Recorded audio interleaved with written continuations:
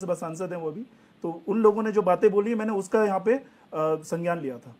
चलिए ठीक है, यूकेडी से जवाब लेते हैं। शांति प्रसाद भट्ट जी, एक अच्छी बात है कि सभी राजनीतिक पार्टियां एकजुट हैं।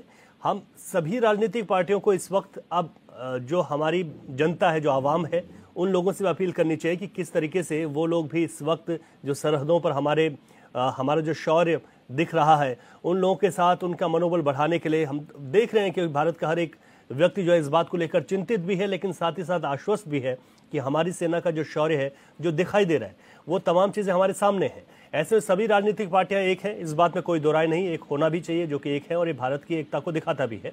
अब उत्तराखंड क्रांति दल से मैं जानना चाहता हूं कि उत्तराखंड के परिप्रेक्ष्य में ही, क्योंकि यहाँ पर केंद्रीय संस्थान हैं, बांध हैं, ऊर्जा संयंत्र हैं, इन तमाम चीज़ों की सुरक्षा की बात जो सरकार कर रही है, उसे किस तरीके से यहाँ पर कदम उठाने चाहिए? सुरक्षा में जो सीमावर्ती इलाके हैं उसको और मजबूत करने की जो बात कर रही है, उसे किस तरीके से करना चाहिए? हमारी 4 धाम यात्रा है, हमारा एक पर्यटन प्रदेश भी है।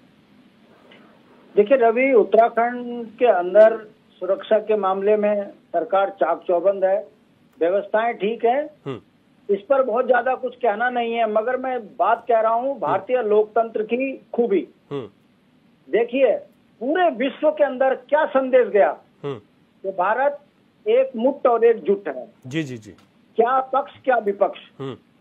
और जो पाकिस्तान संदेश देना चाहता है कि भारत के अंदर मुस्लिम समुदाय के ऊपर अत्याचार होता है, ये अंतर्राष्ट्रीय मंचों पे चिल्लाता है पाकिस्तान। देखिए सेना ने कमान किसको दी? सोफिया कुरैशी को। सोफिया कुरैशी जी जी, कौन है वो? एक ऐसे बलिदानी परिवार की बेटी है जिसका पति स्वयं इन्फेंट्री में है। जी जी जी।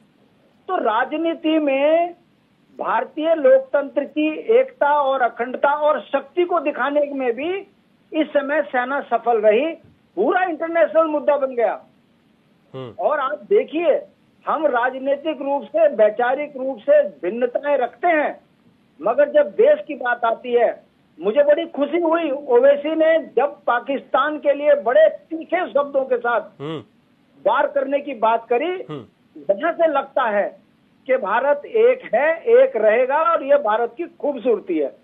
राजनीतिक विचारधाराओं में भिन्नता होगी, चलेगा, मगर ये बात समझने वाली है कि आने वाले समय में ये एक संदेश गया है, बहुत बड़ा संदेश, बहुत बड़ा संदेश पूरे विश्व में, कि भारतीय लोकतंत्र की ये खूबी है कि यदि कोई भारत के ऊपर गलत नजर रखेगा तो पूरा भारत, पूरा पश्चिम उत्तर दक्षिण होकर एक सुर में बात बोलेगा। जैसे पाकिस्तान को नेस्तनाबूद करने के लिए ऑपरेशन सिंदूर का सफल उसको करने के लिए सारी पार्टियां एक हो गई।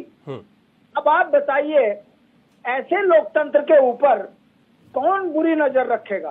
अगर हम एक थे तो अमेरिका का पॉजिटिव बयान आया, ऑस्ट्रेलिया से पॉजिटिव बयान आया, चाइना बैकफुट पर हुआ और सबने कहा, विश्व शक्तियों ने कहा कि आतंकवाद को स्वीकार नहीं किया जा सकता और पाकिस्तान आतंक फैलाने वाला देश है, यहाँ पर कंट्रोल करने की जरूरत है। भारत ने जो कदम उठाए, अब आप देखिए, पहली बार 1971 में ऐसा हमला नहीं हुआ, 65 में नहीं हुआ, मगर इस बार भारत की सरकार ने जो संदेश दिया कि आतंकी ठिकाने तोड़ दिए, उन्होंने परमाणु की धमकी दी तो उनका एयरबेस ही खत्म कर दिया और संदेश दिया कि अभी तो सिर्फ ये शुरुआत है, तुम्हारे तमाम संस्थान भारतीय जनता पार्टी की उत्तराखंड भारत सरकार की रडार में है। जी जी जी। भारत के रडार का मतलब, अगर भारत 24 घंटे में पाकिस्तान को नेस्तनाबूद कर सकता है, जी जी, ये तो मैसेज गया,